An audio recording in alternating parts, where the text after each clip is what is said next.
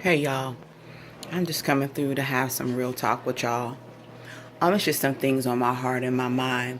And listen, guys, I'm not throwing no shade toward y'all, but what I want y'all to understand is what the true fundamentals of life have been. For me, I'm an African American woman, and for my African American community, these are the things that I see. So this is my opinions of an empress, thoughts of an empress, grown woman woes. At the end of the day, this is not a bashing towards you, but it is factual, and it is the reality that has been my reality and other African or black women and melanated women that I know. Okay, so, I just want to say, we as a people, no matter what race, even animals, not everyone is able to be a mother or motherly. Not everyone has that instinct or that ability. I'm not going to knock them for an instinct they do not have. It's just like knocking somebody because they're blind, or knocking somebody because they're deaf, or knocking somebody because they don't have the sense of feeling. Some people are born where you can step on their foot, stab them with knives, they don't feel it. That's just the way that's the way they were created. That's not their fault. Okay, everybody doesn't have it. Sometimes some people are desensitized because they were raised in a desensitized home where there wasn't affection. They get loved on or hugged on or kissed on a lot. They weren't cuddly or learned what affection feels like, or they didn't get that, so they don't know what that is. Not knocking anyone for that, but the problem that I have is when we come upon a place of death, when it's a death of a child, and a parent has not always been a parent, especially the mother. And I say the mother because fathers not being funny, men, you guys can lay up with a woman, have 12 different babies by 12 different women, and walk away from those babies like that don't never exist. Just send them child support and feel like you're being a father because you sent money, but you are not an active participant in their everyday life and functioning. So this has went on for centuries in our community. So if you're not a father, big deal. But when a woman is not a mother, that is a great big deal. Okay, so I say all this to say sometimes we are not motherly like we should, or we don't have the relationship with our children that we should, whether it be our sons or our daughters. We do not have the relationships, maybe because they made some life choices that they shouldn't have. Maybe they're in a same-sex relationship. Maybe they got on drugs. Maybe they were very promiscuous and they had a couple of babies at teenager, 12, 13, and 14, back-to-back stair steps. Or, maybe they are just have autism, or maybe they have a mental disorder and you're embarrassed. Whatever it is that causes you to not be around, or maybe you just don't have the instinct, or you just don't want to be somebody's mom. Whatever the reason is, it's the choices. Sometimes it's the situation. Sometimes it is genetically. Sometimes it is just an instinct you do not have. I am not knocking you. Where I do have a problem is whatever choice you made along your road of parenting or mothering your child or not, when it's time for certain things in their life, like graduations, marriages, let's see what else great things they can have. Oh, they got a promotion on a job. They had their first child, or they get sick and they're going to die. We, as a mother who were absent for whatever purposes that we may have been, when we realize, or we come to an age of accountability in our mind and within ourselves, and we really look at what our reality is, I think and I'm saying I don't know, because I love my children, I mother my children, I wanted my children. That first big head, hard headed boy I prayed for, my family prayed for, I almost lost him. I can't even count how many times his butt was gonna get here, and I'm the hardest on him because do you know what I had to go through to get you here? You gonna tighten up. But I did go through postpartum, but I didn't go through the postpartum where I didn't want him. I went through the postpartum of he was outside of me, and I couldn't. I was used to him being inside of me, and it was like I had a separation anxiety of him being protected in my womb. I felt like he was safe in me, and so I had the postpartum that says, well, if I'm gonna die, my baby dying with me. I ain't leaving my baby here with these people. These people crazy, all of them crazy, and I'm taking my baby with me. If I feel suicidal, he coming too, because ain't nobody taking care of him better than me. This is my baby. He grew in me. He should still be in me. Like, that's what I struggle with. I wanted him, and I wanted him so much that if I was gonna die or try to commit suicide, he was gonna come too. So that's the postpartum that I had. And I thank the Lord every day that I walked through it, and I recognized that something wasn't right, and I said I need counseling. Nobody had to tell me. Thank God, it doesn't work. That's not everybody doesn't have that spiritual connection with themselves. But I knew. I was like, these thoughts are crazy. Like I can't.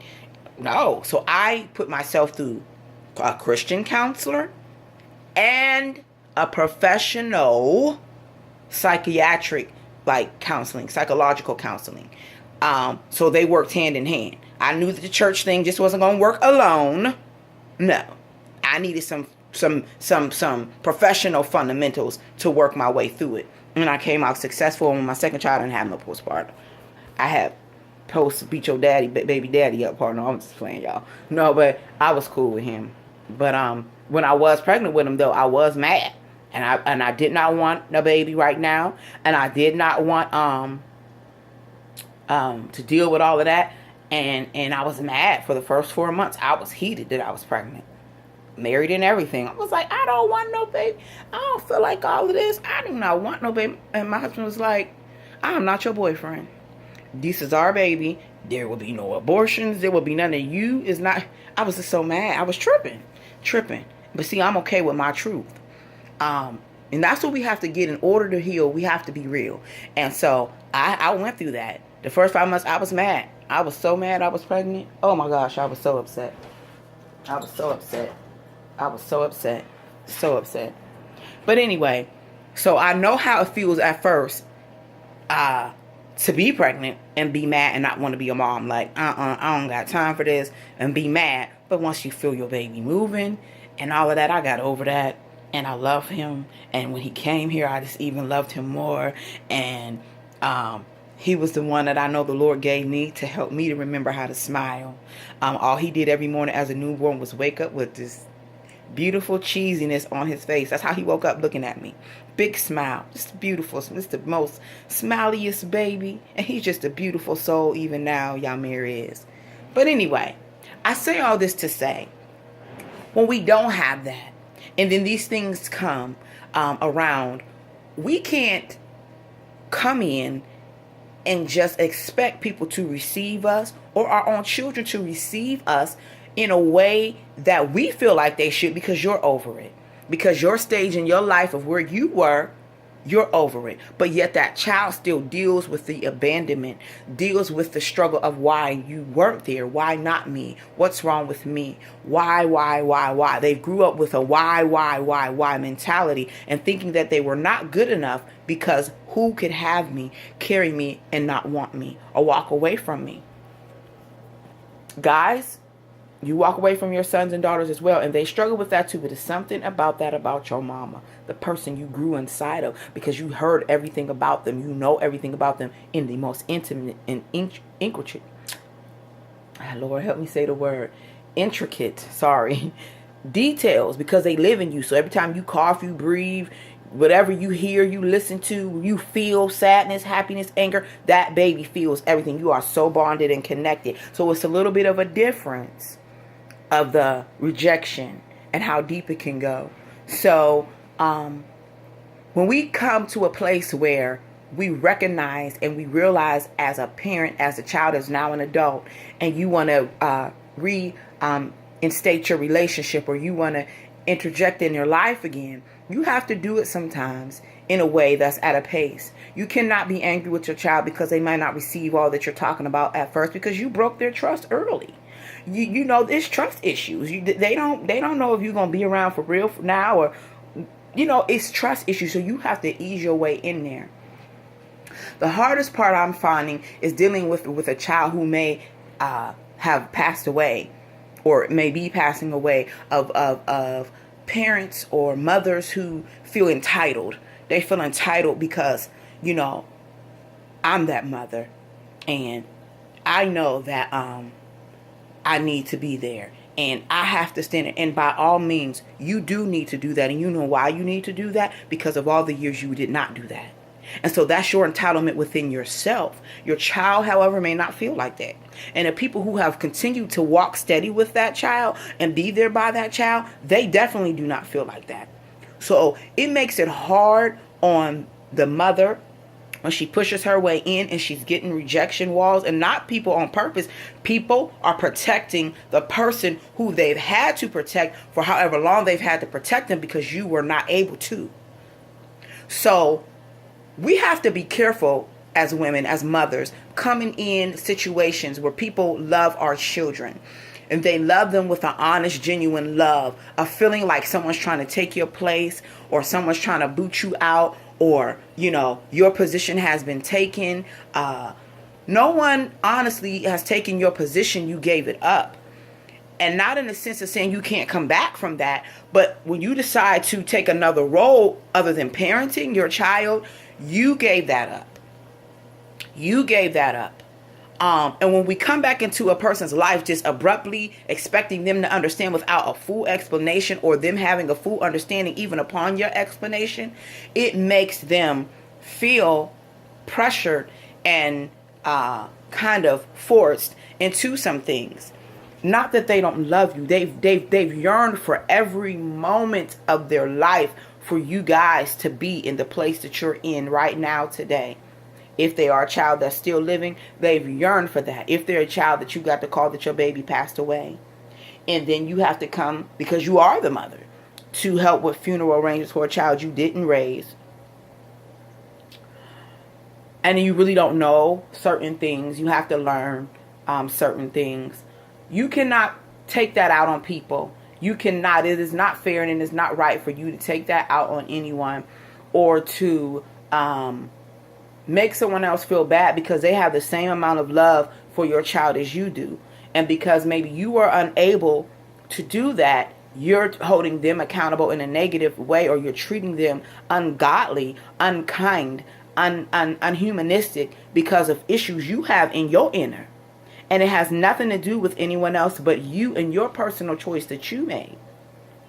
And so the people who stepped in to assist this human being that's full of life and love that you brought into creation, you cannot be angry at these people. You can't go around being mean or calling people out their names and feeling all crazy. And baby, those are things you have to deal with within yourself.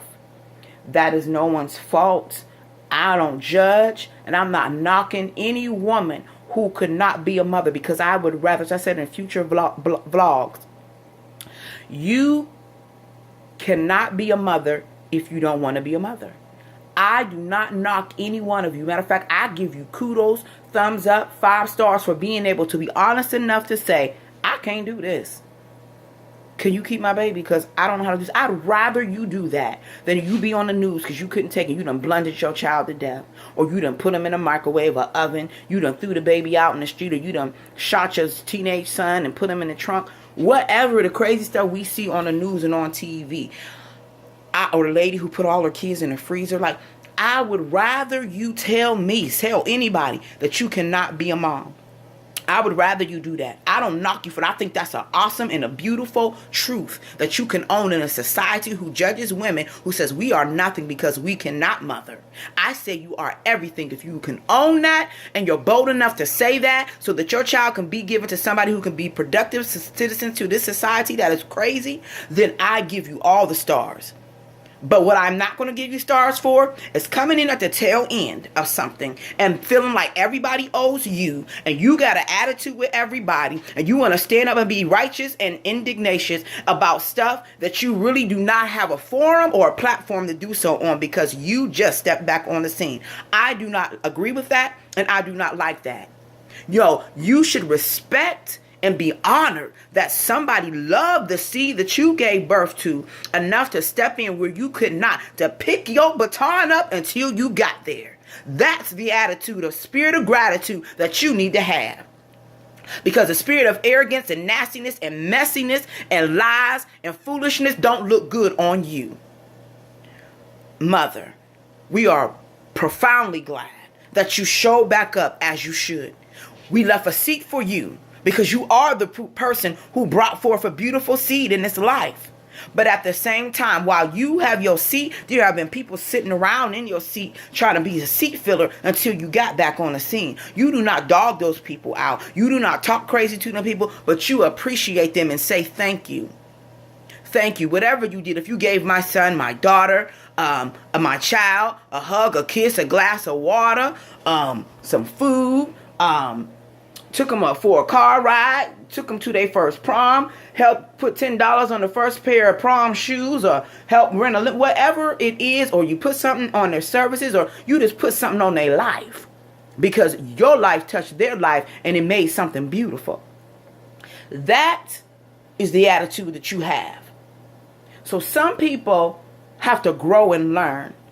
But in the process of growing and learning, you don't hurt other people. Yes, hurting people hurt people, but baby, that's old now.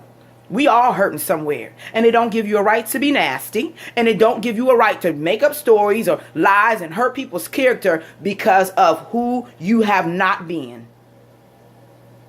And I just wanted to have that real talk, because in the field where you deal with people, you find this constantly, continually. If it ain't the mother, it's the brother. If it ain't the father, it's the sister. It's somebody who was absent, always showing up on the scene, trying to be the big wig, the big dog in the midst of hurt, in the midst of confusion. Not confusion as in mess, time about confusion of, I can't believe this person has left this earth and I'm trying to deal with this in the best way that I can.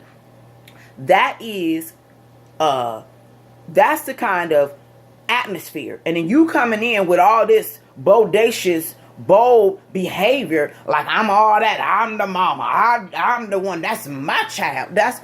We know that. And we also, quiet as a cat, people be wanting to say, and we want to know where the hell you been at. I'm just saying, that is how people feel. And we love you. So mothers, we love you. And I love you. Because if you was big enough to walk away, I'm proud of you for that, because I would rather any mother do that than to kill their kids. But at the same time, when you come back on the scene, we welcome you. Why? Because we know that this is a hole in that person's heart that they've always wanted filled. They always had questions and they always want the answers. So by all means, yes, come. But when you come bearing a fig. Come bringing an olive branch. Come bearing love, life, and laughter. Not confusion, mess, and sadness to add upon what has already been rooted.